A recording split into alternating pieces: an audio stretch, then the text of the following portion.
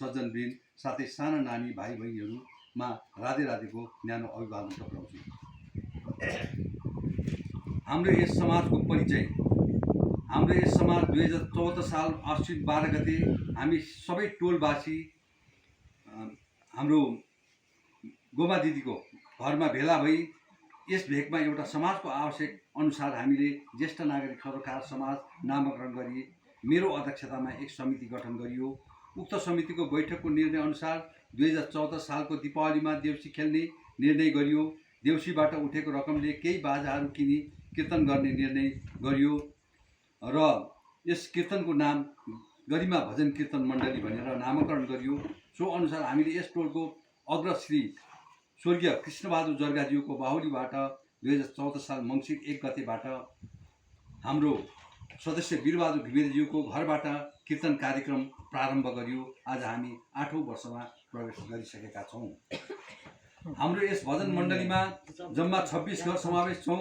प्रत्येक सदस्यको घरमा पालै पालो हप्तामा दिनको शुक्रबार भजन कीर्तन तथा प्रवचनहरू गर्दै आएका छौँ। साथै यस टोलमा रहेको परापूर्व कालदेखि मान्दै आएको देवी स्थानको ठाउँमा हाल दुर्गा पाञ्चायन मन्दिरको स्थापना भएको छ। उक्त मन्दिर व्यक्तिगत रूपमा बनाइए पनि मन्दिर सबैको साझा हुने गरी व्यवस्था मिलाइएको छ र उक्त मन्दिरमा प्रत्येक महिनाको पहिलो शुक्रबार सरसफाई भजन कीर्तन तथा सम्पूर्ण सदस्य भेला भई आरती समेत गरेका छौँ। उक्त मन्दिरमा पूजाको कार्यमा हाम्रा अग्रज दाजु वीरबहादुर घिमिरेज्यूबाट हुँदै आएको छ। साथै यस मन्दिरलाई व्यक्तिगत तरिकाले बने तापनि यस मन्दिरमा हाम्रा धर्मपट्टि पनि यसो आँखा लाउँदै हुने हाम्रा चाहिँ युवा वडा अध्यक्षज्यूले हामीलाई यो जुन आँगन बनाउन र भित्तामा ठेस लगाउनको निम्ति हाम्रो वडाबाट चाहिँ हामीलाई सहयोग दिनुभयो। हामीले 20,000 रुपियाँ रकम पाएका थियौँ। त्यो रकमले हामीले यो चाहिँ हामीले दुखम सुखम आँगनको दुःख थियो, हामीले अलिकति इँटा ओछ्याएका थियौँ र उहाँले सहयोग गर्नुभयो र उहाँलाई यस दुर्गा पाञ्चायत मन्दिरको तर्फबाट म मुरी धन्यवाद ज्ञापन गर्न चाहन्छु। साथै अब हाम्रो उद्देश्यमा चाहिँ यस भजन कीर्तन मण्डलीको मुख्य उद्देश्य गाउँ टोलमा एकता, भेटघाट, मेलमिलाप, धर्म अनुसारको तथा आचरणमा रही सबै समुदाय मिलेर बस्ने हो। हाल विश्वमा सञ्चार माध्यमले टाढा रहेकालाई आफन्त इष्टमित्रलाई नजिक बनायो, तर बिस्तारै प्रत्यक्ष भेटघाट भने हराउँदै गयो। यो हावाले हामीलाई पनि छोयो। हामी गाउँ घरकाहरूले भेटघाट एकदमै न्यून भएको कारण घर घरमा हप्तामा गई भेटघाट, दुःख सुखका बातचित, ईश्वरको नाम, भजन कीर्तन तथा धार्मिक ज्ञानका कुरा सुन्ने बानी बसाउने केही समयको निम्ति आनन्द तथा शान्ति महसुस गर्ने हाम्रो उद्देश्य हो। किनभने अब खेताला पनि मोबाइलमा भनेपछि हाम्रो भेटघाटै हुन छोडेको थियो।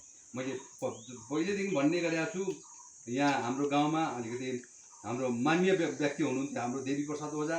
उहाँ पास्टर पहिले ओखलढुङ्गा जागिरमा हुनुहुन्थ्यो। उहाँ आउँदाखेरि यो गाउँभरिका मान्छे हामी जान्थ्यौँ अनि जाडो महिना छ भने आगो तापेर वरिपरि बसेर चिया खाँदै हजुरआमाले चिया पकाउनुहुन्थ्यो, चिया खाँदै हामी सरसँग गफ गर्थ्यौँ। हामी त्यतिखेर मोबाइल थिएन, त्यस कारण हामी गफ गर्थ्यौँ। अहिले कोही गफ सुन्नेवाला छैन, सब भक्ति युगमा लागेका छन् र भक्त परेका छन्। एउटा पाहुना गयो भने वाइफाई छ कि छैन, वाइफाई छैन भने जस्तै यहाँ अहिले हाम्रोमा आउने पाहुना के अरे तल मामा माइजूकोमा आउने पाहुना बस्दैनन् मामा माइजूकोमा, वाइफाई छैन अनि हाम्रैमा कुदेर आइपुग्छन्। भात खाए पनि हतार आउँछन् यहाँ। त्यस कारण अहिले चाहिँ पहिला सुरुमा पाहुना आउँदा वाइफाई छ कि छैन भनेर सोध्ने दिन आइसकेको छ। त्यस्तो अवस्थामा हामीले चाहिँ भेट गरौँ भन्ने उद्देश्यले चाहिँ हामीले चाहिँ यो बुढेसकालमा बेला बेला भेट गरौँ।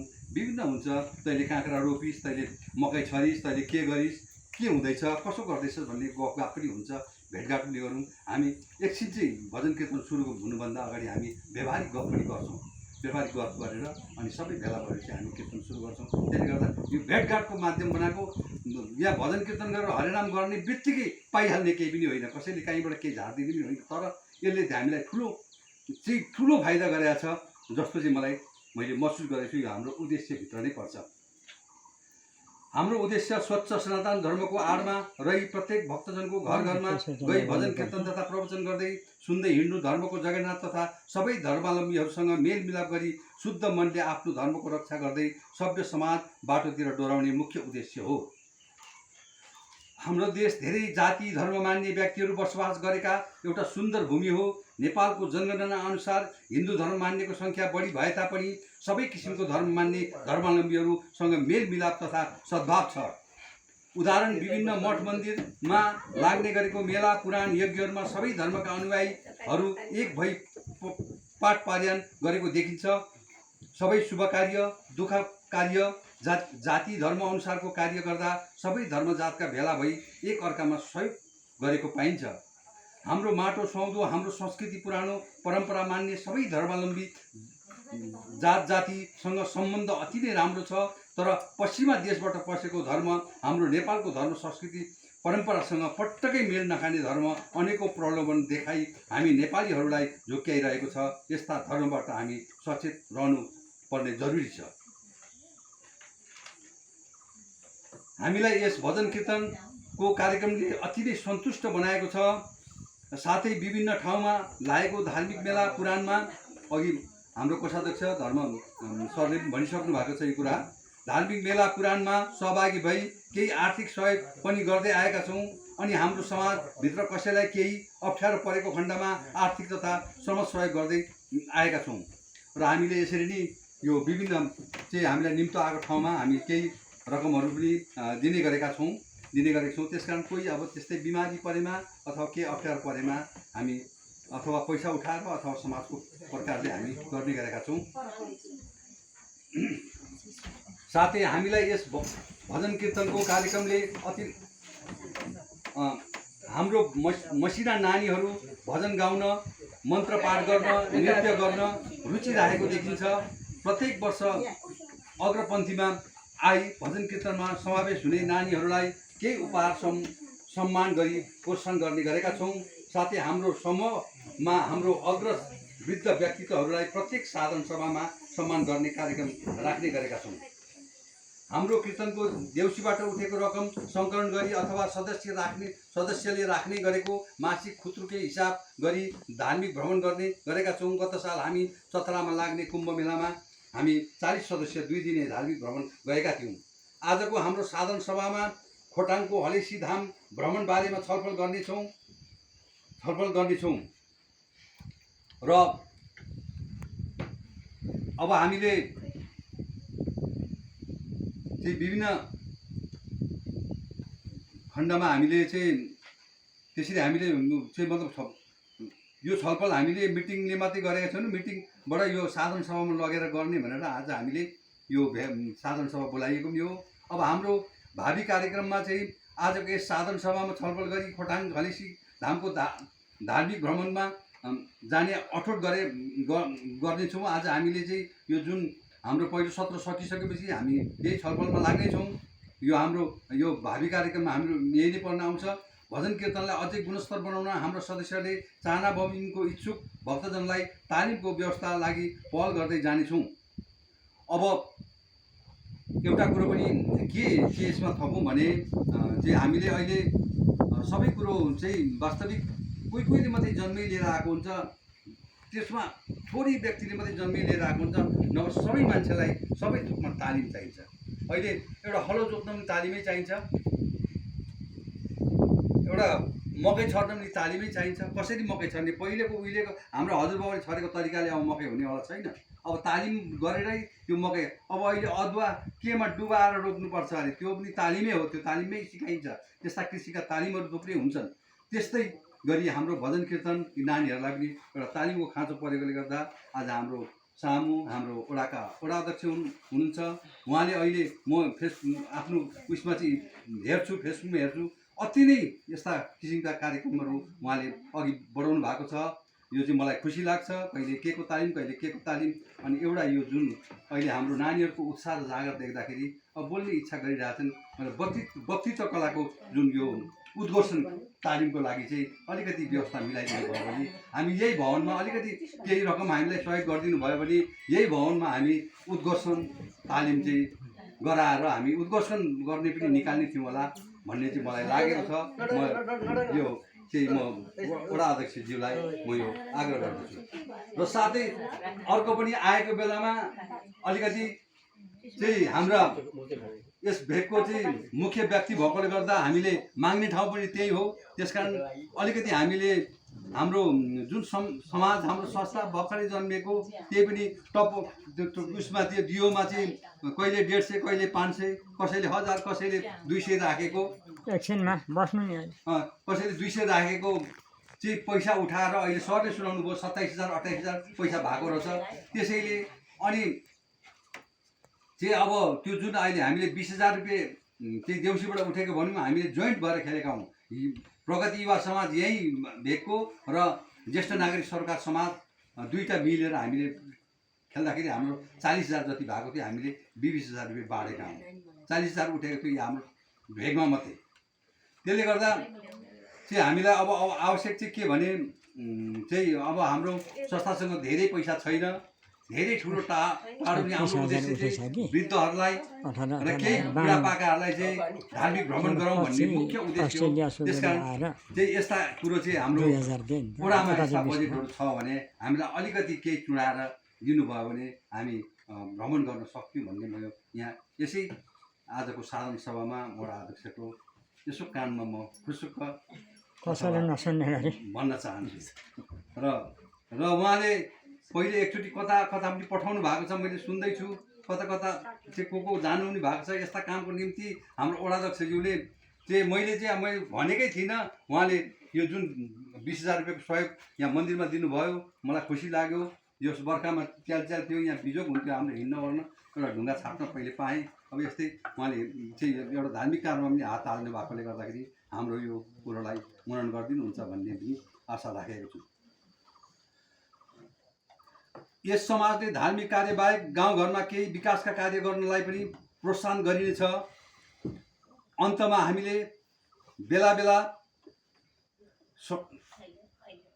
हामीलाई बेला बेला सल्लाह सुझाव र सहयोग गरी हाम्रो यो कार्यलाई प्रोत्साहन गरी हाम्रो हौसला बढाइदिनु हुने सम्पूर्ण महानुभावहरूमा हार्दिक धन्यवाद दिन चाहन्छु। साथै आज हाम्रो यस कार्यक्रममा हाम्रो निम्तो स्वीकारी आफ्नो व्यस्त काम थाती राखी पाल्नुभएका महानुभावहरूमा धन्यवाद दिँदै मेरो यो प्रगति विवरण यही समाप्त गर्दछु। राधे राधे, साईराम। अध्यक्षज्यूले सुनाएर गइसक्नुभएको छ र हामी अलिकति कमजोरी भएकोले हामीहरूले सहयोगको यातना पनि उहाँले राख्नुभएको छ। वडाध्यक्षज्यू भएको हुनाले हामीहरूले सहयोगको यातना पनि उहाँले राखेर गइसक्नु भएको छ। र अब हामी ज्येष्ठ नागरिकहरूलाई सम्मानको कार्यक्रम छ। त्यस पछाडि हामी नृत्य, एउटा ज्येष्ठ नागरिकलाई सम्मान गरिसकेपछि एउटा नृत्य छ। त्यसमा नृत्यमा तयारी बसिदिनु न म रश्मि नेउपाने र शुभेच्छालाई अनुरोध गर्छु। र हामीहरूको ज्येष्ठ नागरिक सम्मानको लागि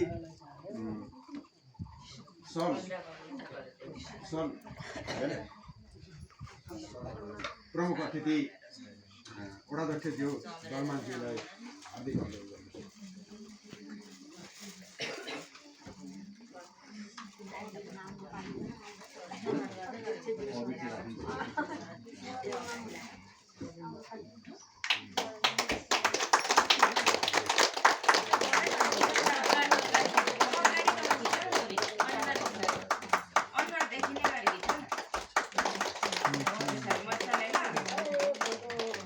ज्ञानेन्द्र सुवेडीलाई पनि अनुरोध गर्छु यसरी सम्मान प्रदान गरिदिनु हुन। प्रमुख अतिथि हामीहरूको गुरु झलेन्द्र अतिथिलाई पनि अनुरोध गर्छु। झलेन्द्र गुरुलाई सम्मान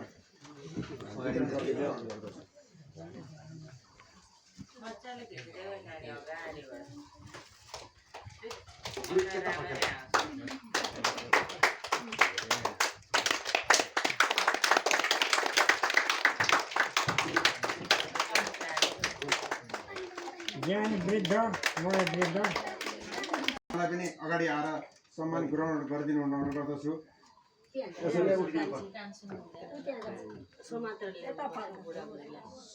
सम्मानको लागि हाम्रो टोल अध्यक्ष हाम्रो मनमा के अरे मुना खवास बहिनीलाई चाहिँ अनुरोध गर्दछु। अध्यक्ष टोल अध्यक्षज्यूलाई मैले केही गर्न दिएन ताली है।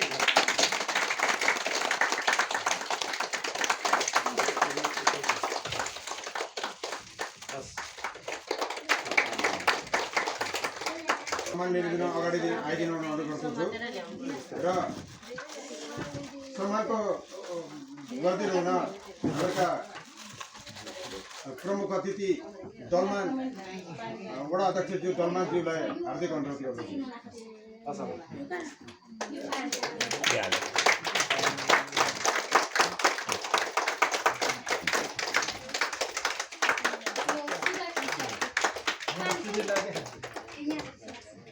गिरिज्यूलाई पनि अनुरोध गर्दछु। सम्मान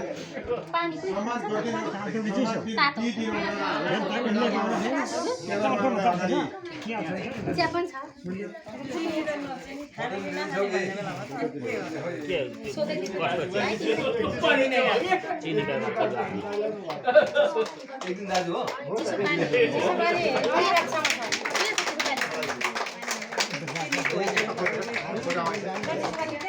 यहाँ सबै पानी आउँदैन यहाँ पानी छ भने पैसा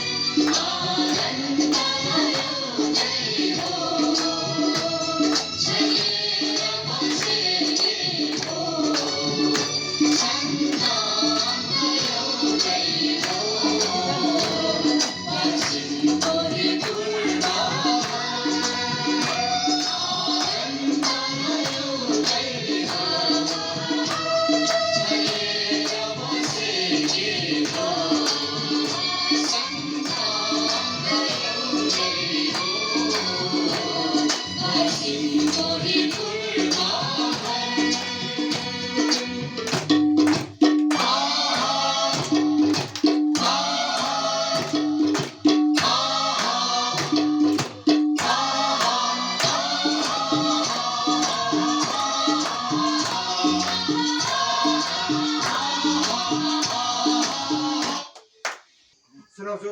नानीहरू यहाँ अगाडि यो ठ्याक्क हामीले ओछ्याको जरीमा बसिदिनु भयो, उभिँदै जानुभयो र ग्रुपको हामी पहिला बाँडौँ न र गरिमा सुवेडी अगाडि आइदिनु भयो। गरिमा सुवेडी र सम्मान गरिदिनु हुँदा हामीहरूको मामा कोषाध्यक्ष धर्म दुईजनै भो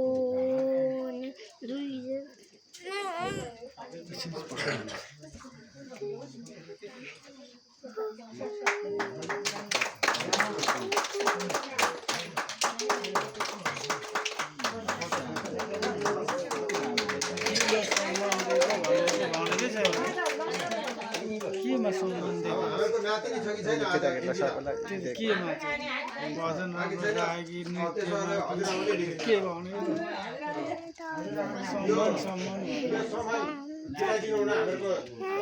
धर्मकार्की दाइलाई होइन सबै धर्मदाइलाई अनुरोध गर्दछु। नातिनी मावला बगिरहेको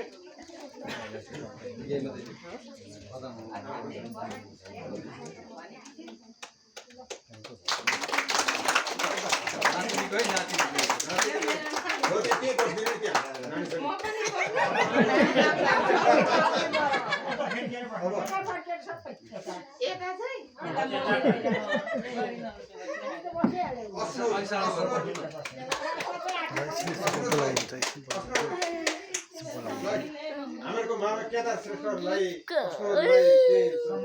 सम्मान गरिदिनु हुन र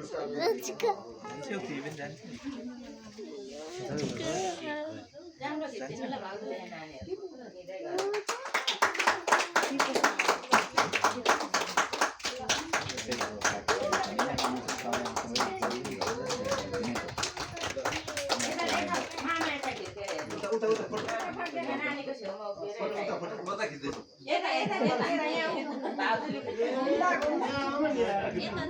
यहाँ आएर खिच न यहाँ उल्टा भयो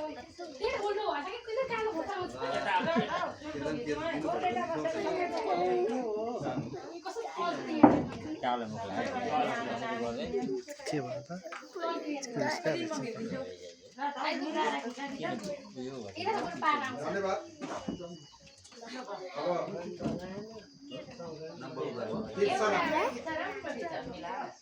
नानी टिप्सना अगाडि आइदिनु भयो यो सम्मान दिनु न हाम्रो टोल अध्यक्ष मुना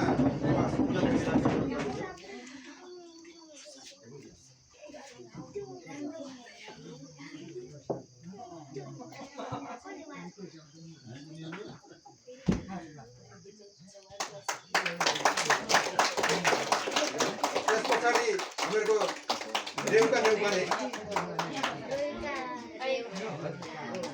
यो नानीलाई सम्मान दिदिनु हामीहरूको दिदी गोमा दिदीलाई अनुरोध गर्दछु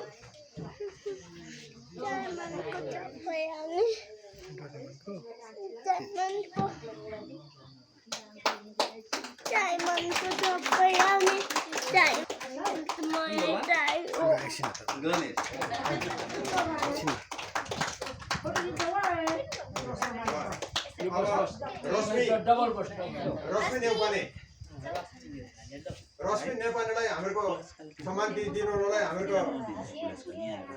हामीहरूका अध्यक्ष वार्ड नम्बर 8 का अध्यक्ष श्री दलमान तामाङज्यूलाई हार्दिक अनुरोध गर्दछु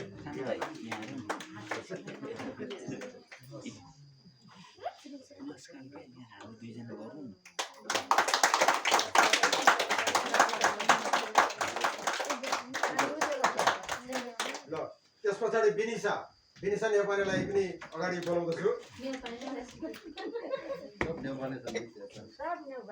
यो सम्मान दिइदिनु न चित्रबहादुर नेपालीलाई अनुरोध गर्दछु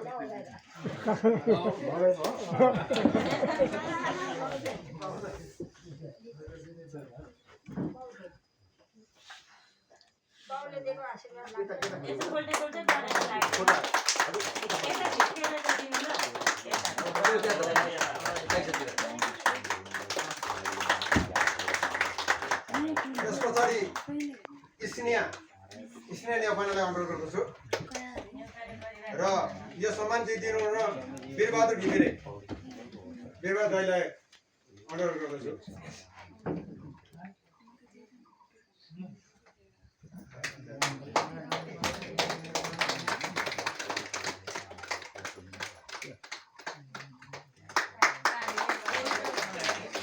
यस पछाडि हामीहरूको सधैँ भजन गाइने स्तुति गरिरहने नानी शुभेच्छा महतलाई अगाडि आइदिनु अनुरोध गर्दछु यो सम्मान दिइदिनु न हामीहरूको दिलीप सापकोटाज्यूलाई अनुरोध गर्दछु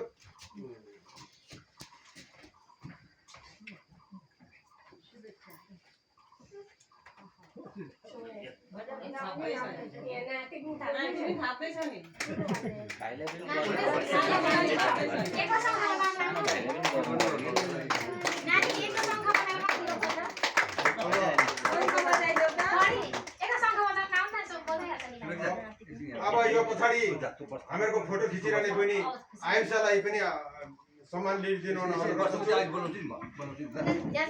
सम्मान दिइदिनु न विजय कुमार सुरेडीलाई अनुरोध गर्दछु अब बोलाउनुहुन्छ ल पुरस्कार नदिएर यहाँ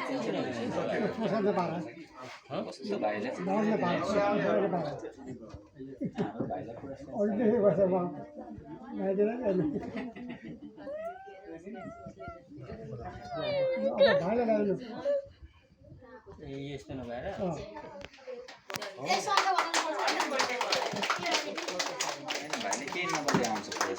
अब हामीहरूको सधैँ शङ्ख बजाउन सिकिरहेको शङ्का बजाइरहने शुभम सेन महतलाई पनि यहाँ अगाडि बढाउँदछु।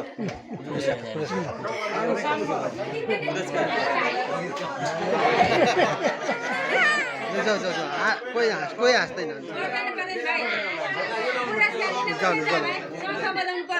शङ्ख बजाउने होइन शङ्ख बजाउने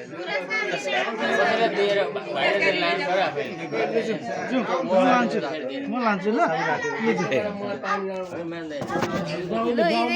बाबासँग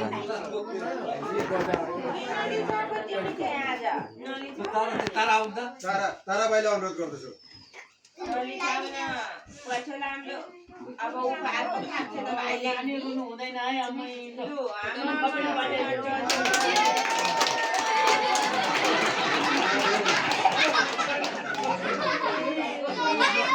ग्रुपमा फोटो यहाँ खिचिहाल्छु। यो ग्रुपको फोटो खिचिन्छ। भाइ नानीलाई फोटो खिच्नु फोटो चाहिँ खिचिदिनु त।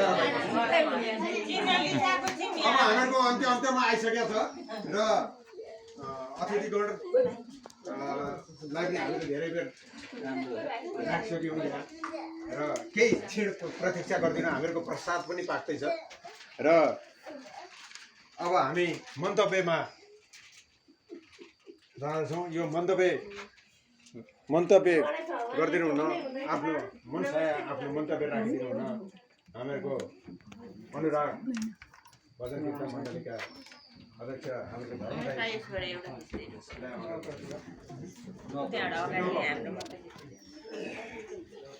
सामने एउटा फोटो खिच्नु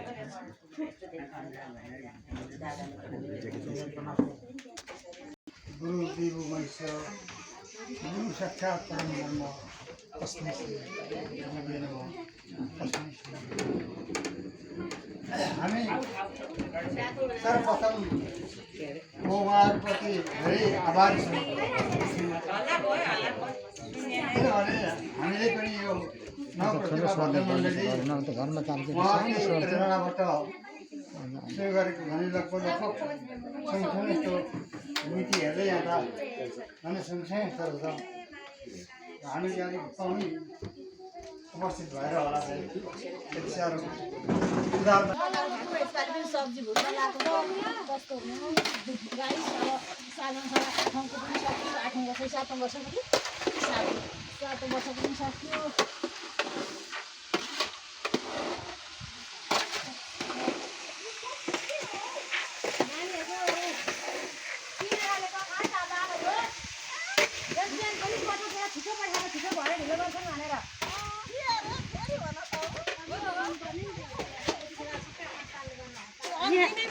भाइ हुँदैन भिडियो बनाउँदैछौ।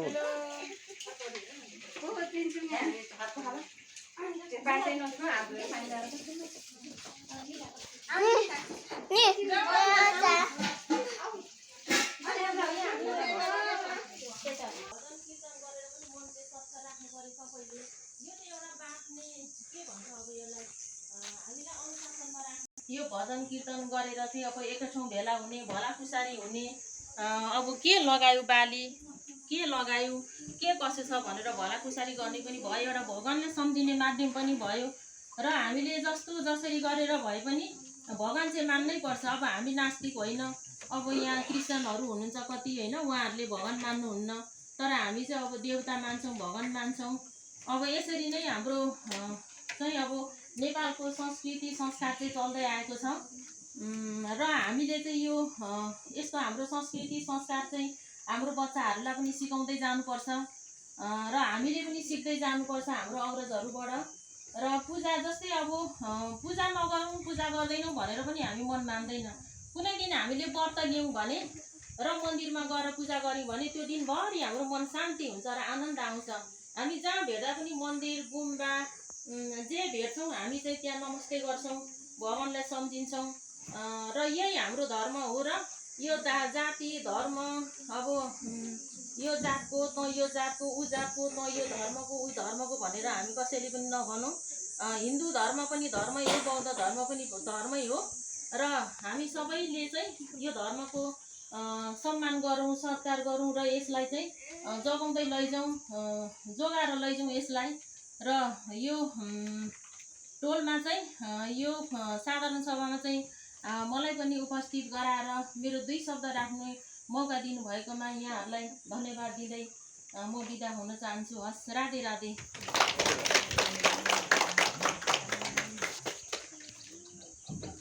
टोल अध्यक्षज्यू, साह्रै राम्रो विचार।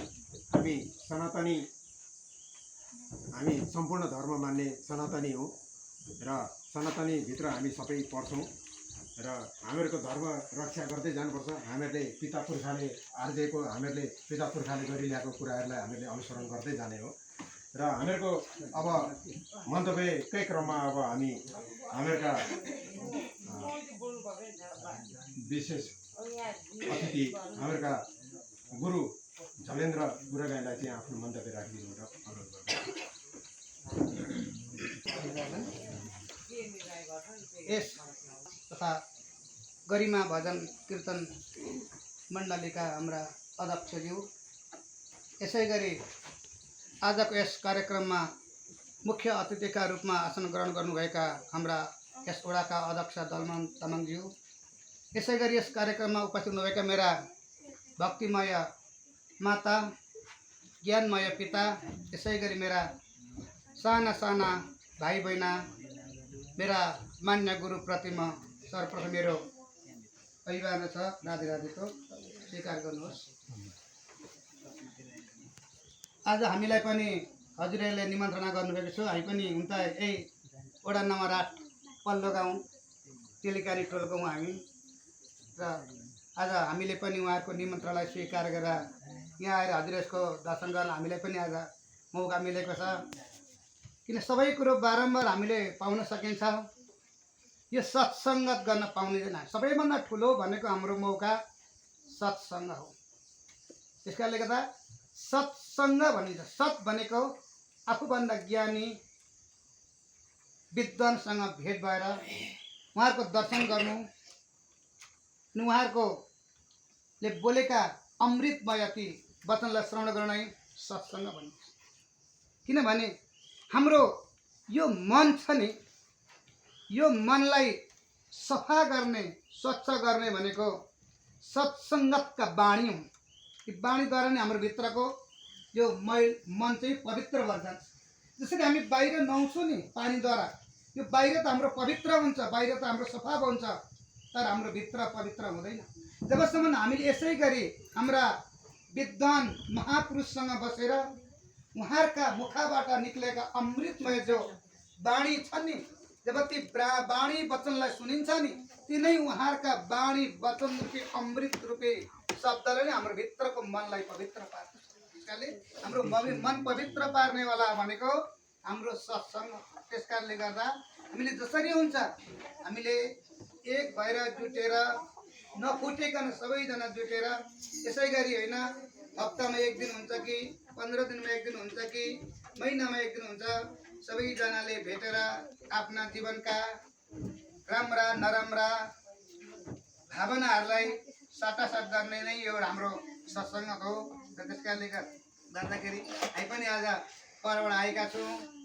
हामीले पनि यसै गरी यही तेलकानी भनिन्छ वडा नम्बर 8 एउटै हो, वर र पर मात्रै हौँ।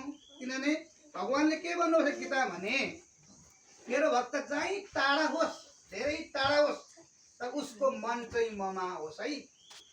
मन चाहिँ ममा राख्यो भने त्यही व्यक्ति नजिक हो भनेको छ। त्यस कारणले हामी जति टाढा छौँ नि, आज पल्लो गाउँ छौँ, तर हामीलाई खोल्साले छेकेको होला, तर के छ भने हाम्रो मन नजिक हो। मन जहाँ पुग्छ नि हामी त्यहाँ अवश्य पुगेका हुन्छौँ। त्यस कारण हामी पुग्न सकेन भने पनि हामीले हाम्रो मन चाहिँ त्यहाँ पुग्यौँ भने अवश्य हामी पवित्र हुन सकिन्छ। त्यस कारणले कलिगो भन्छ नि, कलियुग, कलिको अर्थ कलि भनेको कलह झगडा हो। त्यस कारणले गर्दाखेरि यो कलह र झगडालाई शान्त पार्ने एक मात्रै उपाय कलियुगमा के हो? भगवानको भजन, भगवानको कीर्तन र सत्सङ्गत हो। त्यस कारण हामीले जसले पनि सत्सङ्गत गर्नुपर्छ, भगवानको भजन गर्नुपर्छ, कीर्तन गर्नुपर्छ, भगवानको दर्शन गऱ्यौँ, भगवानका भक्तको दर्शन गऱ्यौँ भने मलाई कति आनन्द हुन्छ। हामी दिनभरि हेर्नुहोस् घरको व्यवहारमा तड्पेका हुन्छौँ होइन, दिनभर त घरको व्यवहार हुन्छ। हामी खेतीवाला किसान छ भने हामीले खेती गर्नुपर्छ, व्यापारी छ भने व्यापार गर्नुपर्छ, जागिर खायौँ भने जागिर खान जानुपर्छ। दिनभरि हाम्रो व्यापारमा हामी आफ्नो वृत्तिमा लागेका हुन्छौँ। अनि जब बेलुका घरमा आएर खाना खाएर आधी घन्टा 1 घन्टा मात्रै हजुरले बसेर भगवानको भजन कीर्तन गर्नुहोस् त त्यो मन कति आनन्द हुन्छ, मन कति प्रफुल्लित हुन्छ। त्यस कारणले यो मनलाई आनन्द गर्ने, मनलाई प्रफुल्लित पार्ने भनेको भगवानको भजन कीर्तन हो। त्यस कारणले भगवानको भजन कीर्तन गरेर स्वर्ग जाने त होइन नि, हामी वैकुण्ठ जाने होइन।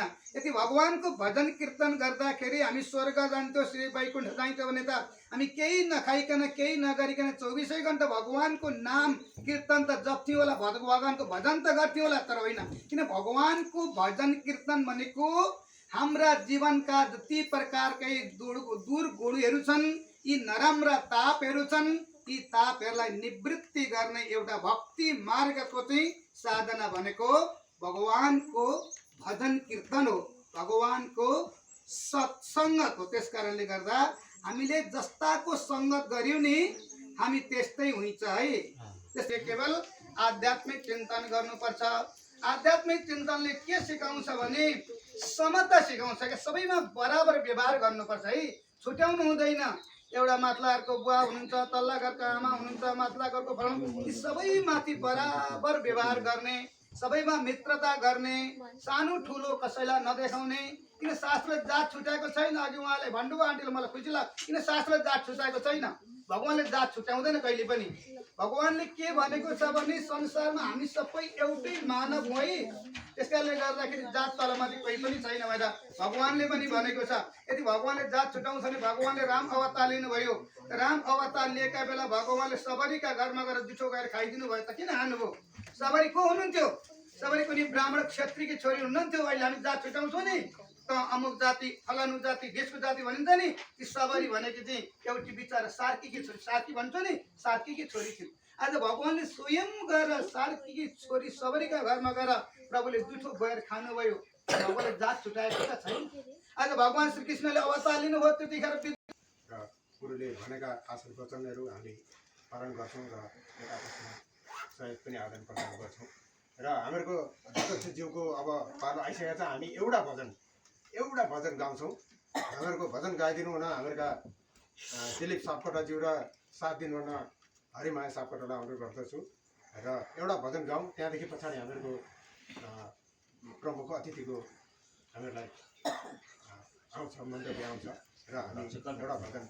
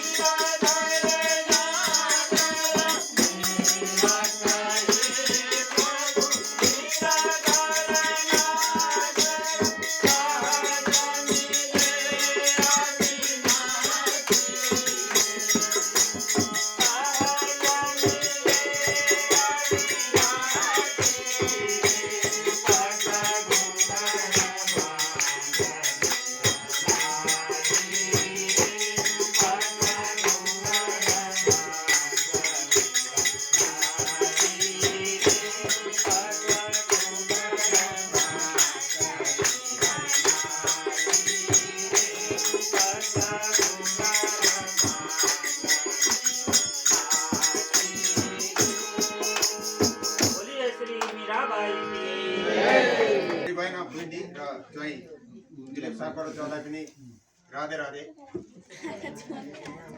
सबै खुट्टामा आँखा बन्द गरेर छ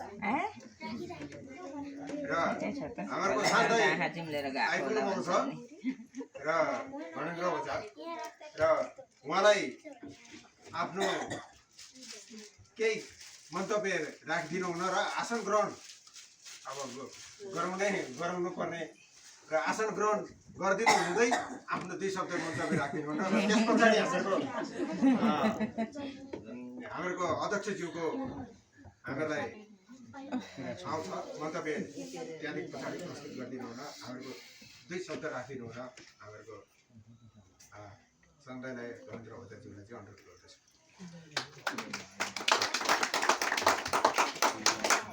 एकछिन चाहिँ टुसुको बस्नु न कुर्सीमा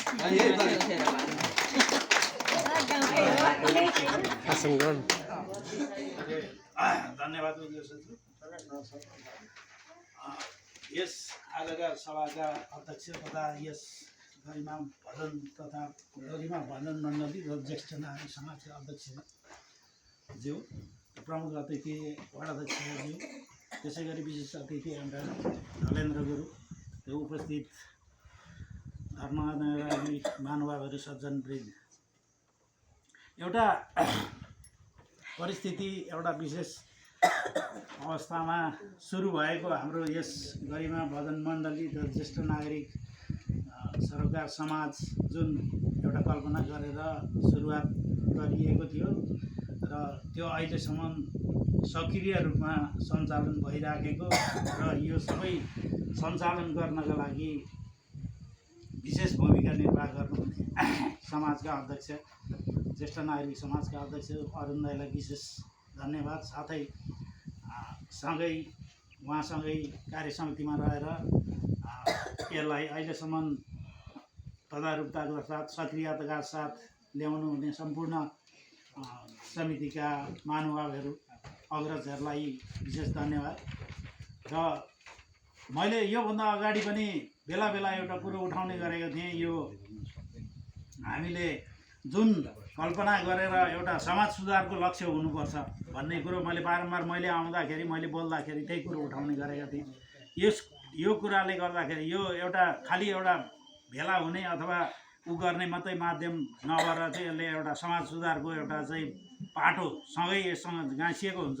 अघि जलेन्द्र गुरुका केही कुरा मैले सुने, म आइपुग्दाखेरि उहाँ बोल्दै हुनुहुन्थ्यो, उहाँले साह्रै मार्मिक कुराहरू गर्नुभयो। अब यो भनेको कस्तो भनेदेखि यो यसको पाटो भनेको विशेष गरी चाहिँ यो समाज सुधारको पाटो हो।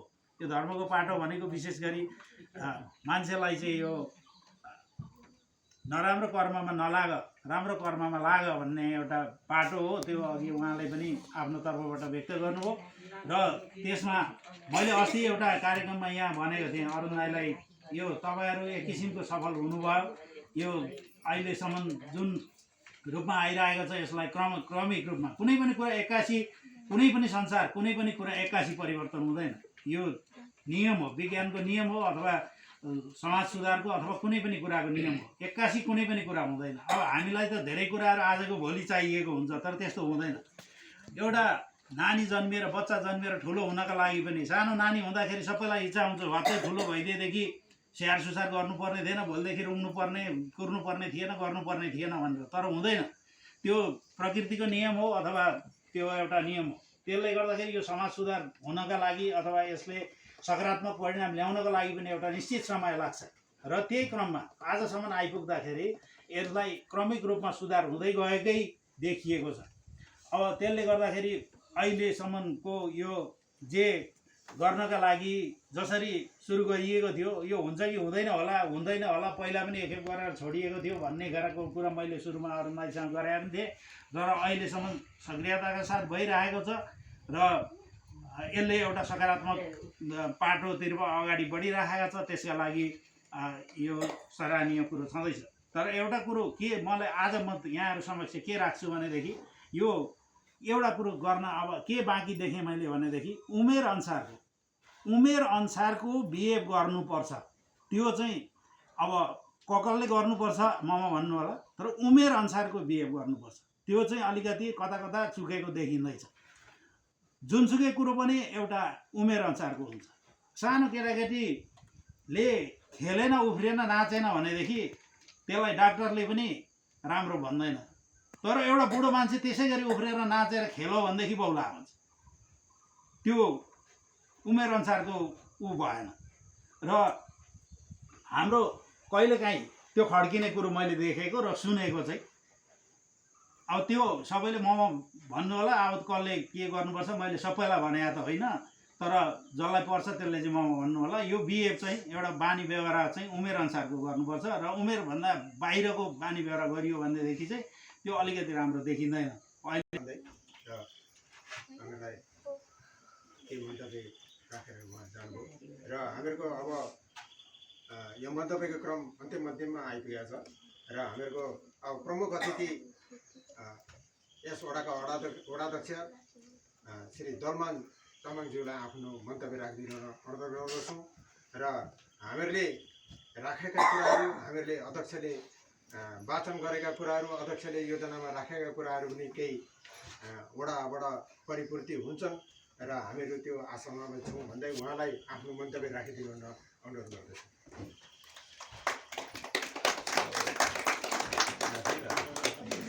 कार्यक्रमका सचिवजी, आदरणीय ज्येष्ठ नागरिक सभा समाज गरिमा भजन कीर्तन मण्डलीका पनि अध्यक्ष, कार्यक्रमका अध्यक्ष आदरणीय अरुण राई, विशेष अतिथि आदरणीय गुरु जयेन्द्र भाइज्यूलाई सम्मान गर्न चाहन्छु। उपस्थित आजका सम्मानित व्यक्तित्वहरूलाई हार्दिक नमन सम्मान गर्दै सम्पूर्णलाई हार्दिक नमस्कार गर्न चाहन्छु। साँच्चै नै कुनै क्रियाकलाप गरिरहँदा सुरु गर्दै गर्दा साह्रो अप्ठ्यारो पक्कै पनि छ। त्यो साह्रो गाह्रो अप्ठ्यारो यहाँहरूले पार गरिसक्नु भएको छ। पार गरिसकेको कुरालाई फेरि सम्झेर दुःख मात्रै बिसाएर होइन, अब तपाईँहरूले केही न केही पाइला अगाडि सार्नु भएको छ। यो कार्यक्रमलाई उद्देश्यमा पुर्याउने गरी यतिका हामी उपस्थित भएको छौँ, पक्कै त्यसको उद्देश्य प्राप्त हुन्छ। यो सबैलाई हामी सबैलाई हार्दिक चाहिँ सोच राख्नु अनुरोध गर्छु। फेरि पनि यो आस्था केन्द्र यो हाम्रो चाहिँ संस्कार संस्कृतिलाई जोगाउने एउटा बाटो, अनुशासन त्योबाट चाहिँ फुर्किलो पक्कै पनि त्यो सजिलो हुन्न।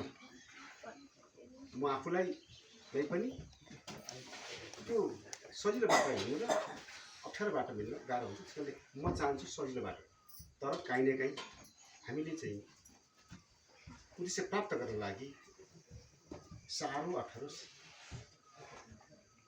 राम्रो नराम्रो सबैलाई समान रूपमा हेर्दै अगाडि बढ्छौँ। त्यो हाम्रो कर्तव्य पनि हो, जिम्मेवारी पनि छ। त्यसलाई उद्देश्यमा प्राप्त गर्नको लागि फेरि पनि हाम्रो जोड पक्कै छ। यसमा हाम्रो उद्देश्य प्राप्त होस्, यो हामी सबैलाई शुभकामना। फेरि पनि यो आस्था केन्द्र हामी कसैले पनि भुल्न सक्दैनौँ। काहीँ न काहीँ हाम्रो त्यो बाटोमा हिँड्दै जाँदा कतै क्षण भर त्यसलाई बिर्सियो भने फेरि त्यसको अर्थ चाहिँ फेरि राम्रो हुन्न, त्यसलाई बिर्सिनु हुन्न भन्ने मैले दाजुले अहिले अरुण दाइले भन्नुभयो। मैले सोचेको पनि थिइनँ, वडा कार्यालयबाट छट्ट अलिक सहयोग भएछ। त्यो पक्कै पनि म आइकन अहिलेसम्म 18-22वटा चाहिँ मन्दिरहरूसँग सम्मान गरेर केही न केही पत्थरसम्म बाँड्ने चाहिँ कार्यक्रम होस् भनेर मैले जयेन्द्र गुरुलाई पनि अनुरोध गरेँ। उहाँसँग सहयोग भयो, अरुण दाइलाई पनि त्यस्तै अरू चाहिँ मन्दिरमा पनि गएर त्यही प्रसादको रूपमा चाहिँ कार्यक्रम गरियो। यहाँले सबैले त्यसलाई सम्मान गरिदिनु भएको छ, यहाँलाई हार्दिक धन्यवाद दिन चाहन्छु। हामी स्वभावले नै त्यो विषयमा त्यो सोचमा हुन्छौँ हामीले। त्यो अनुशासनमा रहेनौँ, अनुशासनभन्दा बाहिर गयौँ भने पक्कै पनि त्यसको हामीले सोचेको कुरा यो अनुशासन पनि